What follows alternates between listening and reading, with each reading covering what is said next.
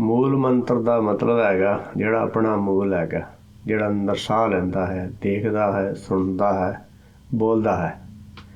ਅਤੇ ਜਿਹਦਾ ਸਰੀਰ ਵਿੱਚੋਂ ਨਿਕਲ ਜਾਣ ਨਾਲ ਇਹ ਜਿਹੜਾ ਸਰੀਰ ਹੈ, ਪੰਜ ਭੌਤਿਕ ਸਰੀਰ, ਫਿਜ਼ੀਕਲ ਬਾਡੀ ਹੈ, ਇਹਨੂੰ ਡੈਡ ਡਿਕਲੇਅਰ ਕਰ ਦਿੱਤਾ ਜਾਂਦਾ, ਮਰ ਗਿਆ ਡਿਕਲੇਅਰ ਕਰ ਦਿੱਤਾ ਜਾਂਦਾ ਹੈ। ਵਾਹਿਗੁਰੂ ਜੀ ਕਾ ਖਾਲਸਾ, ਵਾਹਿਗੁਰੂ ਜੀ ਕੀ ਫਤਿਹ। ਮੂਲ ਮੰਤਰ ਜਿਹੜਾ ਹੈਗਾ ਇਹ ਆਮ ਤੌਰ 'ਤੇ ਜਿਹੜਾ ਡੇਰਿਆਂ ਵਿੱਚ ਪ੍ਰਚਲਿਤ ਹੈਗਾ ਉਹ ਇੱਕ ਓਂਕਾਰ ਸਤਿਨਾਮ ਕਰਤਾ ਪੁਰਖ ਨਿਰਭਉ ਨਿਰਵੈਰ ਅਕਾਲ ਮੂਰਤ ਅਜੂਨੀ ਸਵੈ ਭੰਗ ਗੁਰ ਪ੍ਰਸਾਦ। ਪਰ ਇਹਦਾ ਗਿਆਨ ਨਹੀਂ ਹੈਗਾ ਕਿ ਮੂਲ ਮੰਤਰ ਦਾ ਮਤਲਬ ਕੀ ਹੁੰਦਾ ਹੈਗਾ। ਮੂਲ ਮੰਤਰ ਦਾ ਮਤਲਬ ਹੈਗਾ ਜਿਹੜਾ ਆਪਣਾ ਮੂਲ ਹੈਗਾ, ਜਿਹੜਾ ਅੰਦਰ ਸਾਹ ਲੈਂਦਾ ਹੈ, ਦੇਖਦਾ ਹੈ, ਸੁਣਦਾ ਹੈ, ਬੋਲਦਾ ਹੈ। ਅਤੇ ਜਿਹਦਾ ਸਰੀਰ ਵਿੱਚੋਂ ਨਿਕਲ ਜਾਣ ਨਾਲ ਇਹ ਜਿਹੜਾ ਸਰੀਰ ਹੈ, ਪੰਜ ਭੌਤਿਕ ਸਰੀਰ, ਫਿਜ਼ੀਕਲ ਬਾਡੀ ਹੈ, ਇਹਨੂੰ ਡੈਡ ਡਿਕਲੇਅਰ ਕਰ ਦਿੱਤਾ ਜਾਂਦਾ, ਮਰ ਗਿਆ ਡਿਕਲੇਅਰ ਕਰ ਦਿੱਤਾ ਜਾਂਦਾ ਹੈ। ਅਸਲ 'ਚ ਇਹ ਜੰਮਦਾ ਮਰਦਾ ਤਾਂ ਹੈ ਨਹੀਂ ਗਾ, ਪਰ ਆਪਾਂ ਨੂੰ ਸਰੀਰ ਨਾਲ ਜੁੜੇ ਹੋਣ ਕਰਕੇ ਜਿਹੜਾ ਸਾਹਮਣੇ ਦਿਸਦਾ ਹੈ, ਜਦੋਂ ਸਰੀਰ ਛੱਡ ਜਾਂਦਾ ਆਪਾਂ ਉਹਨੂੰ ਮਰ ਗਿਆ ਕਹਿ ਦਿੰਦੇ ਹਾਂ।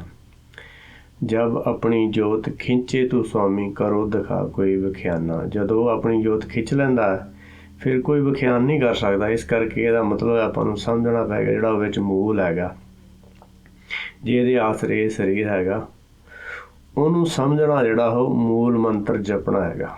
ਆਪਣੇ ਮੂਲ ਦਾ ਮੰਤਰ ਜਿਹੜਾ ਮਨ ਦੇ ਅੰਦਰ ਹੈਗਾ ਉਹਨੂੰ ਜਪਣਾ ਹੈ। ਜਪਣ ਦਾ ਮਤਲਬ ਹੁੰਦਾ ਸਮਝਣਾ। ਅਤੇ ਜੇ ਆਪਾਂ ਗੁਰਬਾਣੀ ਦਾ ਉਪਦੇਸ਼ ਲੈ ਰਹੇ ਹਾਂ ਤਾਂ ਉਹਨੂੰ ਸਮਝ ਰਿਹਾ ਕਿਉਂਕਿ ਗੁਰਬਾਣੀ ਵਿੱਚ ਸਾਰਾ ਇਹੋ ਹੀ ਉਪਦੇਸ਼ ਹੈ ਕਿ ਬੰਦੇ ਖੋਜ ਦਿਲ ਹਰ ਰੋਜ਼, ਆਪਣੇ ਦਿਲ ਨੂੰ ਖੋਜ ਅਤੇ ਸਮਝ ਤੂੰ ਕੌਣ ਹੈਗਾ।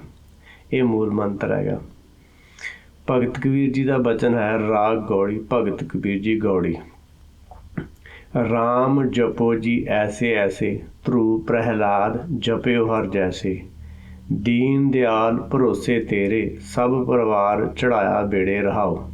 ਭਗਤ ਕਬੀਰ ਜੀ ਉਪਦੇਸ਼ ਕਰ ਰਹੇ ਹਨ ਕਿ ਰਾਮ ਨੂੰ ਸਮਝੋ ਹੇ ਮੇਰੇ ਜੀ ਜਾਂ ਹੇ ਮੇਰੇ ਮਨ। ਰਾਮ ਨੂੰ ਸਮਝ ਇਸ ਤਰੀਕੇ ਨਾਲ ਸਮਝ ਜਿਸ ਤਰੀਕੇ ਨਾਲ ਧਰੂ ਅਤੇ ਪ੍ਰਹਿਲਾਦ ਜਿਹੜੇ ਭਗਤ ਹੋਏ ਹਨ ਉਹਨਾਂ ਨੇ ਸਮਝਿਆ ਹੈ। ਹਰ ਜੈਸੇ, ਹਰ ਮਤਲਬ ਆਪਣਾ ਮੂਲ ਜਿਹੜਾ ਹੈਗਾ ਉਹਨੂੰ ਸਮਝਿਆ ਹੈਗਾ, ਹਰ ਨੂੰ ਸਮਝਿਆ ਹੈ ਅਤੇ ਤੂੰ ਵੀ ਉਸੇ ਤਰੀਕੇ ਨਾਲ ਸਮਝ। ਹੁਣ ਰਾਮ ਜਪਣ ਐਸੇ ਐਸੇ ਦਾ ਕੀ ਮਤਲਬ ਹੋਇਆ? ਕਿਉਂਕਿ ਆਮ ਤੌਰ 'ਤੇ ਜਿਹੜੇ ਦੂਸਰੇ ਲੋਕ ਸੀ, ਰਾਮ ਰਾਮ ਕਰਤਾ ਸਭ ਜਗ ਫਿਰੇ, ਰਾਮ ਨਾ ਪਾਇਆ ਜਾਏ, ਅਗੰਮ ਅਗੋਚਰ ਅਤ ਵੱਡਾ ਅਤੁਲ ਨਾ ਤੁਲਿਆ ਜਾਏ। ਕਿਉਂਕਿ ਸੰਸਾਰ ਵਿੱਚ ਪਹਿਲਾਂ ਵੀ ਲੋਕ ਰਾਮ ਰਾਮ ਕਰਦੇ ਸੀਗੇ, ਰਾਮ ਦੀ ਸਮਝ ਨਹੀਂ ਆਈ ਉਹਨਾਂ ਨੂੰ। ਕਿਉਂਕਿ ਜਿਹੜਾ ਰਾਮ ਹੈਗਾ, ਜਿਹੜਾ ਸਭੇ ਘਟ ਰਾਮ ਬੋਲਿਆ ਹੈਗਾ, ਉਹਨੂੰ ਜਾਣਨਾ ਸੀ, ਉਹਨੂੰ ਸਮਝਣਾ ਸੀਗਾ। ਅਗੰਮ ਗੋਚਰ ਉਹ ਆਪਣੇ ਜਿਹੜੇ ਗਿਆਨ ਇੰਦਰੀਆਂ ਦੀ ਪਕੜ ਤੋਂ ਪਰੇ ਹੈਗਾ, ਉਹ ਅਤ ਵੱਡਾ ਬਹੁਤ ਵੱਡਾ ਹੈਗਾ। ਅਤੁੱਲ ਉਹਨੂੰ ਤੋਲਿਆ ਨਹੀਂ ਜਾ ਸਕਦਾ, ਅਤੁੱਲ ਨਾ ਤੁਲਿਆ ਜਾਏ। ਉਹ ਤੁੱਲ ਹੈ, ਉਹਨੂੰ ਆਪਣੀ ਸੰਸਾਰੀ ਬੁੱਧੀ ਨਾਲ ਸਮਝਿਆ ਨਹੀਂ ਜਾ ਸਕਦਾ। ਸਿਰਫ ਗੁਰਬਾਣੀ ਦਾ ਉਪਦੇਸ਼ ਲੈ ਕੇ, ਸੁਣ ਕੇ, ਮੰਨ ਕੇ, ਉਹਦੇ ਅਨੁਸਾਰ ਚੱਲ ਕੇ ਫਿਰ ਇਹਨੂੰ ਸਮਝਿਆ ਜਾ ਸਕਦਾ ਹੈ। ਪਰ ਰਾਮ ਰਾਮ ਪਹਿਲਾਂ ਵੀ ਕਰਦੇ ਸੀ ਅਤੇ ਹੁਣ ਵੀ ਲੋਕ ਵਾਹਿਗੁਰੂ ਵਾਹਿਗੁਰੂ ਕਰਦੇ ਆ। ਕੋਈ ਅੱਲਾ ਅੱਲਾ ਕਰਦਾ ਹੈਗਾ, ਕੋਈ ਜੀਸਸ ਜੀਸਸ ਕਰਦਾ ਹੈਗਾ, ਕੋਈ ਕੁਛ ਕਰਦਾ, ਕੋਈ ਕੁਛ ਕਰਦਾ ਹੈਗਾ। ਪਰ ਜਿਹੜਾ ਰਾਮ ਜਿੱਦਾਂ ਜਿਸ ਤਰੀਕੇ ਨਾਲ ਗੁਰਬਾਣੀ ਨੇ ਕਿਹਾ ਸਮਝਣ ਨੂੰ, ਆਪਾਂ ਉਹ ਨਹੀਂ ਸਮਝ ਰਹੇ। ਇਸੇ ਕਰਕੇ ਆਪਾਂ ਨੂੰ ਸਮਝ ਨਹੀਂ ਪੈ ਰਹੇ। ਭਗਤ ਕਬੀਰ ਜੀ ਦਾ ਇੱਕ ਹੋਰ ਵਚਨ ਹੈ, ਕਬੀਰ ਰਾਮ ਕਹਿਨ ਮੈਂ ਭੇਦ ਹੈ, ਤਾਂ ਮੈਂ ਏਕ ਵਿਚਾਰ, ਸੋਈ ਰਾਮ ਸਭੇ ਕਹੈ, ਸੋਈ ਕੌਤਕ ਹਾਰ। ਕਹਿੰਦੇ ਰਾਮ ਕਹਿਣ ਵਿੱਚ ਵੀ ਭੇਦ ਹੈਗਾ, ਬਹੁਤ ਵੱਡਾ ਭੇਦ ਹੈਗਾ। ਤਾਂ ਮੈਂ ਏਕ ਵਿਚਾਰ, ਉਹਦੇ ਵਿੱਚ ਇੱਕ ਬਹੁਤ ਹੀ ਡੂੰਘੀ ਵਿਚਾਰ ਛੁਪੀ ਹੈ। ਉਹ ਏਕ ਵਿਚਾਰ ਕੀ ਹੈ? ਉਹ ਸੱਚ ਦੀ ਵਿਚਾਰ ਹੈਗੀ ਆ।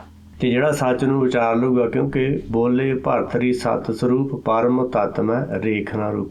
ਸਾਰਿਆਂ ਦੇ ਵਿੱਚ ਬੋਲਣ ਵਾਲਾ ਜਿਹੜਾ ਪਰਮ ਤੱਤ ਹੈ ਉਹਦਾ ਰੇਖ ਰੂਪ ਨਹੀਂ ਹੁੰਦਾ, ਉਹ ਏਕ ਵਿਚਾਰ ਹੈ। ਉਹਦੀ ਵਿਚਾਰ ਕਰਨੀ ਏਕ ਵਿਚਾਰ ਹੈ। ਹਰ ਕੀ ਕਥਾ ਕਹਿ ਲਓ, ਰਾਮ ਕੀ ਕਥਾ ਕਹਿ ਲਓ, ਉਹ ਏਕ ਵਿਚਾਰ ਹੈਗਾ। ਇੱਕ ਦੀ ਕਥਾ ਨੂੰ ਵਿਚਾਰਨਾ ਹੈਗਾ। ਅਤੇ ਉਹ ਜਿਹੜਾ ਰਾਮ ਨੂੰ ਜੇ ਕੋਈ ਕਹਿ ਦਿੰਦਾ ਹੈਗਾ ਅਤੇ ਉਹਦਾ ਜਿਹੜਾ ਉਹ ਕੌਤਕ ਹਾਰ ਹੈ, ਉਹਦੀ ਜਿਹੜੀ ਬੁੱਧੀ ਉਹ ਬਦਲ ਜਾਂਦੀ ਹੈ। ਜਿਹੜਾ ਇਸ ਰਾਮ ਨੂੰ ਕਹਿੰਦਾ ਹੈ, ਕਹਿਣ ਦਾ ਮਤਲਬ ਹੈ ਕੀ ਹੈ ਕਿ ਜਾਤ ਵਿੱਚ ਜਿਹੜਾ ਜਾਂ ਜੋਤ ਖੋਜ ਲੈਂਦਾ ਹੈ ਅਤੇ ਉਹਨੂੰ ਪਤਾ ਲੱਗ ਜਾਂਦਾ ਹੈ ਕਿ ਜਿਹੜਾ ਵਿੱਚ ਬੋਲਣ ਵਾਲਾ ਹੈ, ਦੇਖਣ ਵਾਲਾ ਹੈ, ਸੁਣਨ ਵਾਲਾ ਹੈ, ਉਹ ਰਾਮ ਹੀ ਹੈਗਾ। ਅਤੇ ਸਾਤੇ ਸਤਿਕਰ ਵਾਚਾ ਜਾਣ, ਆਤਮ ਰਾਮ ਲਿਹੋ ਪ੍ਰਵਾਨ। 7ਵੇਂ ਨੰਬਰ 'ਤੇ ਵੀ ਇਹੋ ਹੀ ਭਗਤ ਕਬੀਰ ਜੀ ਨੇ ਕਿਹਾ ਹੈ ਕਿ ਇਹ ਜਿਹੜਾ ਰਾਮ ਜਿਹੜਾ ਵਿੱਚ ਇਹ ਬੋਲਦਾ, ਇਹਨੂੰ ਰਾਮ ਸਮਝ ਲਓ, ਇਹੋ ਹੀ ਰਾਮ ਹੈਗਾ। ਮਨ ਕਰ ਮੱਕਾ ਕਿਬਲਾ ਕਰ ਦੇਈ, ਬੋਲਣ ਹਾਰ ਪਰਮ ਗੁਰ ਏ। ਹੁਣ ਜਿਹੜਾ ਜੇ ਮਨ ਨੂੰ ਮੱਕਾ ਕਰ ਲਈਏ ਅਤੇ ਜਿਹੜੀ ਦੇਹੀ ਆ ਉਹਨੂੰ ਕਿਬਲਾ ਮੰਨ ਲਈਏ, ਅਤੇ ਜਿਹੜਾ ਵਿੱਚ ਬੋਲਦਾ ਹੈਗਾ ਅਤੇ ਉਹ ਪਰਮ ਗੁਰ ਹੈਗਾ, ਉਹਨੂੰ ਹੀ ਸਮਝਣਾ ਹੈਗਾ। ਇਹ ਵੀ ਇੱਕ ਵਿਚਾਰ ਹੈਗੀ। ਹੁਣ ਜਿਹੜਾ ਇਹ ਵਿਚਾਰ ਕਰਦਾ ਹੈਗਾ ਅਤੇ ਜਿਹੜਾ ਧਰੂਪ ਪ੍ਰਹਿਲਾਦ ਹੈਗਾ, ਉਹਨਾਂ ਨੇ ਵੀ ਇਸੇ ਤਰੀਕੇ ਨਾਲ ਹਰ ਕਹਿ ਲਓ ਹਰ ਨੂੰ ਜਪਿਆ ਜਾਂ ਰਾਮ ਨੂੰ ਜਪਿਆ ਹੈਗਾ, ਅਤੇ ਉਹਨਾਂ 'ਤੇ ਕੌਤਕ ਹੋ ਗਿਆ ਸੀ ਅਤੇ ਉਹਨਾਂ ਦੇ ਅੰਦਰ ਭਰੋਸਾ ਪੈਦਾ ਹੋ ਗਿਆ ਸੀ, ਅਤੇ ਉਹਨਾਂ ਨੇ ਇਸ ਭਰੋਸੇ ਦੇ ਆਸਰੇ ਨਾਮ ਦਾ ਜਹਾਜ਼ ਜਿਹੜਾ ਹੈਗਾ, ਹੁਕਮ ਜਿਹੜਾ ਹੈਗਾ, ਉਹਦੇ ਅਨੁਸਾਰ ਆਪਣੀ ਬੁੱਧੀ ਘੜੀ ਸੀ, ਤਾਂ ਦੂਸਰਿਆਂ ਨੂੰ ਵੀ ਉਹਦੇ ਅਨੁਸਾਰ ਬੁੱਧੀ ਘੜਨ ਦਾ ਉਪਦੇਸ਼ ਦਿੱਤਾ। ਦੀਨ ਦਿਆਲ ਭਰੋਸੇ ਤੇਰੇ, ਸਭ ਪਰਿਵਾਰ ਚੜ੍ਹਾਇਆ ਬੇੜੇ ਰਹਾਓ। ਭਗਤ ਕਬੀਰ ਜੀ ਕਹਿੰਦੇ ਹਨ ਕਿ ਹੇ ਪਰਮੇਸ਼ਰ, ਅਸੀਂ ਤੇਰੇ ਭਰੋਸੇ 'ਤੇ, ਦੀਨ ਦਿਆਲ, ਦੀਨਾਂ 'ਤੇ ਦਇਆ ਕਰਨ ਵਾਲਾ, ਤੇਰੇ ਭਰੋਸੇ 'ਤੇ ਉਹ ਸਭ ਤੋਂ ਜ਼ਿਆਦਾ ਹਰੇਕ ਬੰਦੇ ਦੀ ਇੰਪੋਰਟੈਂਟ ਹੈਗੀਆਂ, ਉਹਦੀਆਂ ਇੱਛਾਵਾਂ ਹੈਗੀਆਂ। ਪਰ ਜਦੋਂ ਉਹ ਸਰੀਰਕ ਇੱਛਾਵਾਂ ਤੋਂ ਉੱਠ ਕੇ ਏਕ ਆਸ ਰਾਖੋ ਮਨ ਮਾਹੇ, ਸਰਬ ਰੋਗ ਨਾਨਕ ਮਿਟ ਜਾਏ, ਜਦੋਂ ਏਕ ਆਸ ਰੱਖ ਲੈਂਦਾ ਸੱਚ ਨੂੰ ਸਮਝਣ ਵਾਲੀ, ਤਾਂ ਫਿਰ ਜੋ ਕੁਛ ਵੀ ਉਹਦੇ ਕੋਲ ਹੁੰਦਾ ਹੈਗਾ ਉਹ ਗਿਆਨ ਨੂੰ ਉਹ ਸੱਚ ਦੇ ਅੱਗੇ ਮਨ ਵੇਚੇ ਸਤਿਗੁਰ ਕੇ ਪਾਸ ਤੇ ਸੇਵ ਕੇ ਕਾਰਜ ਰਾਸ। ਫਿਰ ਉਹ ਜਿਹੜਾ ਮਨ ਜਿਹੜਾ ਹੈਗਾ ਉਹ ਸਤਿਗੁਰ ਅੱਗੇ ਵੇਚ ਦਿੰਦਾ। ਜਦੋਂ ਸਤਿਗੁਰ ਅੱਗੇ ਵੇਚ ਦਿੰਦਾ ਅਤੇ ਉਹ ਸਾਰਾ ਕੁਛ ਉਹ ਫਿਰ ਹੁਕਮ ਦੇ ਬੇੜੇ ਵਿੱਚ ਫਿਰ ਚੜ੍ਹ ਜਾਂਦਾ ਹੈਗਾ। ਪਰ ਉਹ ਬੇੜੇ ਪਹਿਲਾਂ ਜਿਹੜਾ ਸ਼ਰਧਾ ਹੁੰਦੀ ਹੈ, ਜਿੰਨਾ ਚਿਰ ਆਪਾਂ ਨੂੰ ਗਿਆਨ ਨਹੀਂ, ਆਪਣੇ ਅੰਦਰ ਸ਼ਰਧਾ ਹੈਗੀ ਹੈ ਸੱਚ ਨੂੰ ਸਮਝਣ ਲਈ, ਪਰ ਜਦੋਂ ਉਹਦੀ ਸਮਝ ਆਉਂਦੀ ਹੈ ਭਰੋਸਾ ਫਿਰ ਵੱਜਦਾ ਹੈਗਾ। ਭਰੋਸਾ ਜਿਹੜਾ ਹੈਗਾ ਉਹ ਬਹੁਤ ਹੀ ਜ਼ਰੂਰੀ ਹੈਗਾ। ਜੇ ਭਰੋਸਾ ਨਹੀਂ ਤਾਂ ਆਪਾਂ ਕਿਸੇ 'ਤੇ ਭਰੋਸਾ ਨਹੀਂ ਤਾਂ ਆਪਾਂ ਉਹਨੂੰ ਸੱਚ ਨਹੀਂ ਦੱਸ ਸਕਦੇ ਜਾਂ ਉਹਦੇ ਨਾਲ ਗੱਲਬਾਤ ਨਹੀਂ ਕਰਦੇ। ਇਸੇ ਤਰ੍ਹਾਂ ਜਿਹੜਾ ਭਰੋਸਾ, ਜਦੋਂ ਅੰਦਰ ਇਹ ਸਮਝ ਪੈਂਦੀ ਹੈ, ਅਕਲ ਪੈਦਾ ਹੁੰਦੀ ਹੈ, ਅੰਦਰ ਜਿਹੜੀ ਸੋਝੀ ਪੈਦਾ ਹੁੰਦੀ ਹੈ ਕਿ ਸਾਰਾ ਕੁਛ ਹੁਕਮ ਵਿੱਚ ਹੁੰਦਾ ਹੈ ਅਤੇ ਉਹ ਤੋਂ ਬਾਹਰ ਕੁਛ ਨਹੀਂ ਹੈ ਹੁੰਦਾ, ਤਾਂ ਫਿਰ ਇਹ ਭਰੋਸਾ ਕਰਦਾ ਹੈ। ਜਾ ਤਿਸ ਭਾਵੈ ਤਾਂ ਹੁਕਮ ਮਨਾਵੈ, ਇਸ ਬੇੜੇ ਕੋ ਪਾਰ ਲੰਘਾਵੈ। ਕਹਿੰਦੇ ਜਦੋਂ ਪਰਮੇਸ਼ਰ ਦੀ ਕਿਰਪਾ ਹੁੰਦੀ ਹੈ ਅਤੇ ਜਿਹੜਾ ਜੀਵ ਹੈਗਾ ਇਹ ਹੁਕਮ ਨੂੰ ਮੰਨਣਾ ਸ਼ੁਰੂ ਕਰ ਦਿੰਦਾ ਹੈਗਾ, ਹੁਕਮ ਇਹਨੂੰ ਚੰਗਾ ਲੱਗਣਾ ਸ਼ੁਰੂ ਹੋ ਜਾਂਦਾ ਹੈ। ਬੇੜਾ ਜਿਹੜਾ ਹੈਗਾ ਇਹਦਾ ਫਿਰ ਇਹ ਪਾਰ ਲੰਘ ਜਾਂਦਾ ਹੈਗਾ। ਪਾਰ ਲੰਘਣ ਦਾ ਕੀ ਮਤਲਬ? ਸਾਡਾ ਸੰਸਾਰ ਸਾਗਰ ਹੈਗਾ, ਇਹਦੇ ਵਿੱਚੋਂ ਜੇ ਆਪਾਂ ਅੱਗੇ ਨਿਕਲਣਾ ਹੈ, ਇਹਦੇ ਵਿੱਚੋਂ ਜੇ ਛੁਟਕਾਰਾ ਪਾਉਣਾ ਹੈਗਾ ਦੁੱਖਾਂ ਤਕਲੀਫਾਂ ਤੋਂ, ਲਾਭ ਹਾਨੀ ਤੋਂ, ਜੰਮਣ ਮਰਨ ਤੋਂ, ਤਾਂ ਆਪਾਂ ਨੂੰ ਹੁਕਮ ਅਨੁਸਾਰ ਚੱਲਣਾ ਪਊਗਾ। ਅਤੇ ਜਿਹੜਾ ਹੁਕਮ ਅਨੁਸਾਰ ਚੱਲਦਾ ਹੈ ਅਤੇ ਉਹਦਾ ਇਹ ਬੇੜਾ ਪਾਰ ਲੱਗ ਜਾਂਦਾ ਹੈਗਾ। ਗੁਰ ਪ੍ਰਸਾਦ ਐਸੀ ਬੁੱਧ ਸਮਾਨੀ, ਚੂਕ ਗਈ ਫਿਰ ਆਵਨ ਜਾਣੀ। ਗਿਆਨ ਦੀ ਕਿਰਪਾ ਨਾਲ ਇਹ ਬਰਾਬਰਤਾ ਵਾਲੀ ਬੁੱਧ ਪੈਦਾ ਹੁੰਦੀ ਹੈ, ਏਕਤਾ ਵਾਲੀ, ਸੱਚ ਨਾਲ ਏਕਤਾ ਵਾਲੀ ਬੁੱਧ ਪੈਦਾ ਹੁੰਦੀ ਹੈ। ਜਿਹਦੇ ਅੰਦਰ ਇਹ ਪੈਦਾ ਹੁੰਦੀ ਹੈ ਫਿਰ ਉਹਦਾ ਆਵਣ ਜਾਣ ਮੁੱਕ ਜਾਂਦਾ ਹੈਗਾ। ਕਹੋ ਕਬੀਰ ਭਜ ਸਾਰੰਗ ਪਾਣੀ, ਉਰਵਾਰ ਪਾਰ ਸਭ ਏਕੋ ਦਾਨੀ। ਭਗਤ ਕਬੀਰ ਜੀ ਉਪਦੇਸ਼ ਕਰ ਰਹੇ ਹਨ ਕਿ ਜਿਹੜਾ ਸਾਰੰਗ ਪਾਣੀ ਹੈ, ਜਿਹੜਾ ਸ਼ਬਦ ਗੁਰੂ ਹੈ, ਜਿਹੜਾ ਹੁਕਮ ਹੈ, ਸਾਰਿਆਂ ਨੂੰ ਜਿਹੜਾ ਗਿਆਨ ਦੇਣ ਵਾਲਾ ਹੈਗਾ, ਸਾਰ ਗਿਆਨ, ਤਤ ਗਿਆਨ ਦੇਣ ਵਾਲਾ ਹੈ।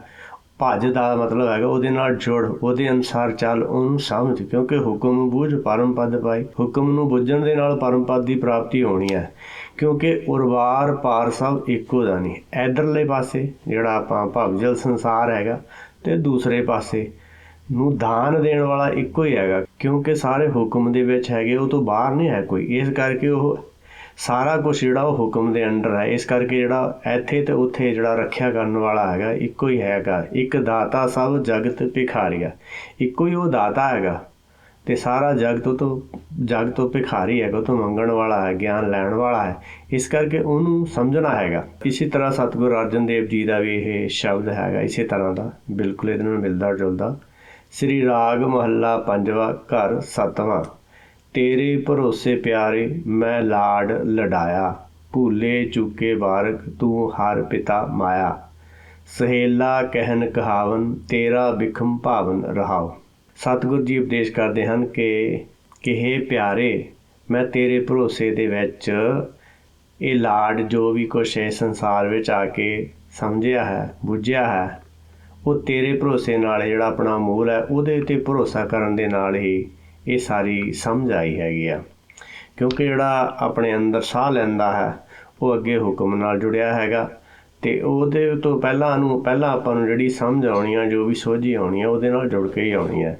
ਭੁੱਲੇ ਚੁੱਕੇ ਬਾਰਕ ਤੂੰ ਹਰ ਪਿਤਾ ਮਾਇਆ। ਅਸੀਂ ਭੁੱਲੇ ਚੁੱਕੇ ਬਾਰਕ ਹਾਂ ਤੇਰੇ, ਮਤ ਮਾਤਾ ਪਿਤਾ ਸੰਤੋਖ। ਹੁਣ ਪਿਤਾ ਜਿਹੜਾ ਹੈਗਾ ਵਿਵੇਕ ਨੂੰ ਸੰਤੋਖ ਕਿਹਾ ਗਿਆ ਹੈ, ਤੇ ਜਿਹੜੀ ਬੁੱਧ ਉਹਨੂੰ ਮਾਤਾ ਕਿਹਾ ਗਿਆ ਹੈਗਾ। ਤੇ ਤੂੰ ਸਾਡਾ ਪਿਤਾ ਮਾਇਆ ਹੈਗਾ, ਸਾਨੂੰ ਜਿਹੜਾ ਮਾਂ ਪਿਓ ਤੂੰ ਆਪ ਹੀ ਹੈਗਾ ਸਾਡਾ। ਸਹੇਲਾ ਕਹਿਨ ਕਹਾਵਨ ਤੇਰਾ ਬਿਖਮ ਭਾਵਨ। ਜਿਹੜਾ ਸਹੇਲਾ ਹੈ, ਜਿਹੜਾ ਗੁਰਬਾਣੀ ਦੀ ਵਿਚਾਰ ਕਰਨੀ ਹੈ, ਗੁਰਬਾਣੀ ਨੂੰ ਸਮਝਣਾ ਹੈਗਾ, ਇਹ ਸਹੇਲਾ ਹੈ, ਸਹਾਇਤਾ ਕਰਨ ਵਾਲਾ ਹੈਗਾ। ਸਭ ਤੇ ਉੱਤਮ ਹਰ ਕੀ ਕਥਾ, ਨਾਮ ਸੁਣਤ ਦਰਦ ਦੁੱਖ ਲਥਾ। ਨਾਮ ਦੇ ਸੁਣਨ ਵਾਲੇ ਦਰਦ ਦੁੱਖ ਲੈਂਦਾ ਹੈ। ਇਹ ਇਸ ਕਰਕੇ ਜਿਹੜਾ ਇਹ ਸਹੇਲਾ ਹੈ, ਜਿਹੜਾ ਤੇਰੀ ਜਾਣਕਾਰੀ ਦੇਣੀ ਜਾਂ ਤੇਰੀ ਜਾਣਕਾਰੀ ਲੈਣੀ। ਤੇਰਾ ਬਿਖਮ ਭਾਵਨ, ਪਰ ਜਿਹੜਾ ਇਹਦੀ ਜਾਣਕਾਰੀ ਲੈਣੀ, ਇਹਨੂੰ ਜਿਹੜਾ ਸਮਝਣਾ, ਇਹ ਬੜਾ ਬਿਖਮ ਹੈਗਾ। ਬਿਖਮ ਅਖਾੜਾ ਮੈਂ ਗੁਰਮਿਲ ਜੀਤਾ ਰਾਮ।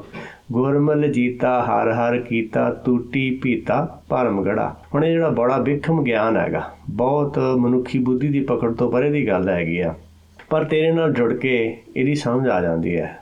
ਤੇ ਜਦੋਂ ਗੁਰ ਦੇ ਨਾਲ ਆਪਣਾ ਧਿਆਨ ਬਾਹਰਮੁਖੀ ਤੋਂ ਅੰਤਰ ਹੋ ਜਾਂਦਾ ਹੈਗਾ ਤੇ ਆਪਾਂ ਹਰ ਦੀ ਜਾਣਕਾਰੀ ਲੈਂਦੇ ਹਾਂ, ਤਾਂ ਇਹ ਜਿਹੜਾ ਵਿਖਮ ਗੜ ਜਿਹੜਾ ਹੈ ਗੜ ਹੈਗਾ, ਜਿਹੜਾ ਵਿਖਮ ਗਿਆਨ, ਇਹਦੀ ਸਮਝ ਆਉਂਦੀ ਹੈਗੀ ਆ। ਹੋ ਮਾਣ ਤਾਣ ਕਰੋ ਤੇਰਾ, ਹੋ ਜਾਣੋ ਆਪਾ। ਸਭ ਹੀ ਮਦ ਸਭੇ ਤੇ ਬਾਹਰ, ਬੇਮੁਹਤਾਜ ਬਾਪਾ। ਮੈਂ ਤੇਰਾ ਮਾਣ ਵੀ ਕਰਦਾ ਤੇ ਤਾਣ ਵੀ ਕਰਦਾ ਹੈ, ਤੇ ਤੈਨੂੰ ਵੀ ਆਪਣਾ ਆਪਾ ਮੰਨਦਾ ਹੈ, ਕਿਉਂਕਿ ਸਾਰਿਆਂ ਦਾ ਜਿਹੜਾ ਮਾਈ ਬਾਪ ਉਹ ਆਪ ਹੀ ਹੈਗਾ। ਜਿਹੜਾ ਆਪਣੇ ਅੰਦਰ ਮੂਲ ਹੈਗਾ ਆਪਣਾ, ਉਹੀ ਮਾਈ ਬਾਪ ਹੈਗਾ। ਤੇ ਉਹ ਸਾਰਿਆਂ ਦੇ ਮੱਧ ਵਿੱਚ ਵੀ ਹੈਗਾ ਤੇ ਉਹਨਾਂ ਦੇ ਬਾਹਰ ਵੀ ਹੈਗਾ। ਸਾਹ ਲੈਂਦਾ ਹੈ ਉਹ ਅੰਦਰ ਹੈਗਾ, ਪਰ ਜਿਹੜਾ ਹੁਕਮ ਦੇ ਰੂਪ ਵਿੱਚ ਉਹ ਬਾਹਰ ਹੈਗਾ। ਬੇਮੁਹਤਾਜ ਬਾਪਾ, ਪਰ ਉਹਨੂੰ ਕਿਸੇ ਦੀ ਮੁਹਤਾਜੀ ਨਹੀਂ ਹੈ, ਉਹ ਕਿਸੇ ਦੇ ਕੰਟਰੋਲ ਵਿੱਚ ਨਹੀਂ ਹੈਗਾ। ਜਿਹੜਾ ਹੁਕਮ ਹੈਗਾ ਉਹ ਸਰਬ ਵਿਆਪਕ ਹੈਗਾ, ਸਰਬ ਕਲਾ ਸਮਰੱਥ ਹੈਗਾ। ਕਹਿੰਦੇ ਪਿਤਾ ਹੋ ਜਾਨੋ ਨਾਹੀ, ਤੇਰੀ ਕਵਨ ਜੁਗਤਾ। ਬੰਧਨ ਮੁਕਤ ਸੰਤੋ, ਮੇਰੀ ਰਾਖੈ ਮਮਤਾ। ਕਹਿੰਦੇ ਪਿਤਾ ਮੈਂ ਜਾਣਦਾ ਨਹੀਂ ਹੈ, ਤੇਰੀ ਕਵਨ ਜੁਗਤਾ, ਕਿਹੜੀ ਜੁਗਤੀ ਨਾਲ ਤੈਨੂੰ ਸਮਝਿਆ ਜਾ ਸਕਦਾ ਜਾਂ ਕਿਹੜੀ ਜੁਗਤੀ ਨਾਲ ਤੈਨੂੰ ਮਿਲਿਆ ਜਾ ਸਕਦਾ, ਪਰ ਤੂੰ ਬੰਧਨਾਂ ਤੋਂ ਮੁਕਤ ਕਰਨ ਵਾਲਾ ਹੈ। ਕਹਿੰਦੇ ਹੇ ਸੰਤੋ, ਉਹ ਮੇਰੀ ਜਿਹੜੀ ਮਮਤਾ ਹੈਗੀ ਆ ਉਹ ਰੱਖਦਾ ਹੈ, ਬੰਧਨਾਂ ਤੋਂ ਮੁਕਤ ਕਰਨ ਵਾਲਾ ਹੈ। ਐਸੇ ਗੁਰ ਕੋ ਬਲ ਬਲ ਜਾਈਏ, ਆਪ ਮੁਕਤ ਮੋਹਿ ਤਾਰੇ। ਹੁਣ ਉਹ ਜਿਹੜਾ ਆਪ ਮੁਕਤ ਹੈ ਉਹ ਹੀ ਤਾਰ ਸਕਦਾ, ਇਸ ਕਰਕੇ ਉਹ ਬੰਧਨਾਂ ਤੋਂ ਮੁਕਤ ਕਰਨ ਵਾਲਾ ਆਪਣਾ ਮੂਲ। ਤੇ ਉਹ ਮੇਰੀ ਮਮਤਾ ਵੀ ਭਾਵ ਮੈਨੂੰ ਅੱਗੇ ਤੋਂ ਅੱਗੇ ਜਿਹੜਾ ਗਿਆਨ ਵੀ ਦਿੰਦਾ ਹੈ। ਭੈ ਕਿਰਪਾਲ ਠਾਕਰ ਰਹਿਓ ਆਵਣ ਜਾਣਾ, ਗੁਰ ਮਿਲ ਨਾਨਕ ਪਾਰ ਬ੍ਰਹਮ ਪਛਾਣਾ। ਠਾਕਰ ਹੈਗਾ, ਹੁਕਮ ਜਿਹੜਾ ਹੈਗਾ ਕਿਰਪਾ ਕਰਦਾ ਹੈਗਾ, ਤੇ ਫਿਰ ਜਿਹੜਾ ਆਉਣ ਜਾਣ ਮੁੱਕ ਜਾਂਦਾ ਹੈਗਾ। ਕਿਉਂਕਿ ਜਿੰਨਾ ਚਿਰ ਆਪਾਂ ਨਾ ਧਿਆਨ ਬਾਹਰਮੁਖੀ ਮਾਇਆ ਨਾਲ ਜੁੜੇ ਹਾਂ, ਮਾਇਆ ਦੀਆਂ ਇਛਾਵਾਂ ਹਨ, ਉਹਨਾਂ ਚਿਰ ਆਪਾਂ ਆਉਣ ਜਾਣ ਦੇ ਚੱਕਰ ਵਿੱਚ ਜੰਮਣਾ ਮਰਨਾ ਹੁਕਮ ਹੈ, ਭਾਣੇ ਆਵੇ ਜਾਏ। ਜੰਮਣਾ ਮਰਨਾ ਜਿਹੜਾ ਹੁਕਮ ਹੈਗਾ, ਭਾਣੇ ਦੇ ਵਿੱਚ ਆਉਂਦਾ ਜਾਂਦਾ ਹੈ ਜੀਵ, ਪਰ ਆਉਣਾ ਜਾਣਾ ਉਦੋਂ ਮੁੱਕ ਜਾਂਦਾ ਹੈ ਜਦੋਂ ਜਿਹੜਾ ਠਾਕਰ ਹੈਗਾ ਇਹਦੇ 'ਤੇ ਕਿਰਪਾ ਕਰਦਾ ਹੈਗਾ। ਗੁਰ ਮਿਲ ਨਾਨਕ ਪਾਰ ਬ੍ਰਹਮ ਪਛਾਣਾ। ਜਦੋਂ ਆਪਣੇ ਗੁਰ ਨੂੰ ਆਪਾਂ ਮਿਲ ਜਾਂਦੇ ਹਾਂ, ਉਹਦੀ ਸਮਝ ਆ ਜਾਂਦੀ ਹੈ, ਫਿਰ ਪਤਾ ਲੱਗ ਜਾਂਦਾ ਹੈ ਕਿ ਪਾਰ ਬ੍ਰਹਮ ਕੌਣ ਹੈਗਾ। ਫਿਰ ਪਾਰ ਬ੍ਰਹਮ ਦੀ ਵੀ ਪਛਾਣ ਹੋ ਜਾਂਦੀ ਹੈ ਕਿ ਸਾਰਾ ਕੁਛ ਹੁਕਮ ਦੇ ਵਿੱਚ ਚੱਲਦਾ ਹੈ ਤੇ ਹੁਕਮ ਅਨੁਸਾਰ ਹੀ ਸਾਰਾ ਕੁਛ ਹੋ ਰਿਹਾ ਹੈ। ਤੂੰ ਪਾਰ ਬ੍ਰਹਮ ਪਰਮੇਸ਼ਰ ਜੋਨੀ ਨਾ ਆਵਈ, ਹੁਕਮੇ ਸਾਜ ਸ੍ਰਿਸ਼ਟੀ ਸਾਜ ਸਮਾਵਹੀ। ਫਿਰ ਪਤਾ ਲੱਗਦਾ ਹੈਗਾ ਤੇ ਜਿਹੜਾ ਪਾਰ ਬ੍ਰਹਮ ਪਰਮੇਸ਼ਰ ਹੈਗਾ, ਜਿਹੜਾ ਹੁਕਮ ਹੈਗਾ, ਉਹ ਜੋਨੀਆਂ ਦੇ ਵਿੱਚ ਨਹੀਂ ਆਉਂਦਾ ਹੈਗਾ, ਤੇ ਉਹਦੇ ਹੁਕਮ ਦੇ ਨਾਲ ਇਹ ਸਾਰੀ ਸ੍ਰਿਸ਼ਟੀ ਸਾਜੀ ਹੋਈ ਹੈਗੀ ਆ। ਪਰ ਉਹ ਸਮਝ ਆਉਂਦੀ ਤਾਂ ਹੈਗੀ ਹੈ ਜਦੋਂ ਆਪਣਾ ਧਿਆਨ ਬਾਹਰਮੁਖੀ ਤੋਂ ਅੰਤਰਮੁਖੀ ਹੁੰਦਾ ਹੈ, ਆਪਣੇ ਮੂਲ ਦੀ ਸਮਝ ਆਉਂਦੀ ਹੈ। ਜਾਤ ਵਿੱਚੋਂ ਜਦੋਂ ਜੋਤ ਦੀ ਖੋਜ ਕਰਦੇ ਹਾਂ, ਫਿਰ ਪਤਾ ਲੱਗਦਾ ਕਿ ਜੋਤ ਵਿੱਚ ਜਿਹੜਾ ਗਿਆਨ ਆ ਰਿਹਾ ਹੈ ਉਹ ਪਰਮੇਸ਼ਰ ਦਾ ਜਿਹੜਾ ਹੁਕਮ ਹੈਗਾ। ਕਾਲ ਅਕਾਲ ਖਸਮ ਕਾ ਕੀਨਾ। ਹੁਣ ਜਿਹੜਾ ਅਕਾਲ ਖਸਮ ਹੈਗਾ, ਜਿਹੜਾ ਹਾਕਮ ਹੈਗਾ, ਉਹਦੀ ਜਿਹੜੀ ਇੱਛਾ ਸ਼ਕਤੀ ਹੈ ਉਹ ਹੁਕਮ ਹੈਗੀ ਹੈ। ਉਹਦੇ ਅਨੁਸਾਰ ਹੀ ਸਾਰੀ ਸ੍ਰਿਸ਼ਟੀ ਜਿਹੜੀ ਹੈ ਚੱਲਦੀ ਹੈਗੀ ਹੈ। ਪਰ ਜਦੋਂ ਇਸ ਚੀਜ਼ ਦੀ ਸਮਝ ਆਉਂਦੀ ਹੈ ਤਾਂ ਜਾ ਕੇ ਇਹਨੂੰ ਪੂਰਾ ਭਰੋਸਾ ਹੁੰਦਾ ਹੈਗਾ। ਜਿਹਨੂੰ ਗੁਰਬਾਣੀ ਪ੍ਰਤੀ ਕੋਈ ਸ਼ੰਕਾ ਹੋਵੇ ਤਾਂ ਆਪਣਾ ਕਮੈਂਟ ਛੱਡ ਸਕਦਾ ਹੈ, ਤੇ ਜੇ ਗੱਲਬਾਤ ਵੀ ਕਰਨੀ ਹੋਵੇ ਤਾਂ ਆਪਣਾ ਉਹ ਨੰਬਰ ਦੇ ਸਕਦਾ ਹੈ, ਅਸੀਂ ਉਹਦੇ ਨਾਲ ਗੱਲ ਕਰ ਸਕਦੇ ਹਾਂ ਜੇ ਕੋਈ ਵਿਚਾਰ ਕਰਨੀ ਚਾਹੁੰਦਾ ਹੋਵੇ। ਵਾਹਿਗੁਰੂ ਜੀ ਕਾ ਖਾਲਸਾ, ਵਾਹਿਗੁਰੂ ਜੀ ਕੀ ਫਤਿਹ।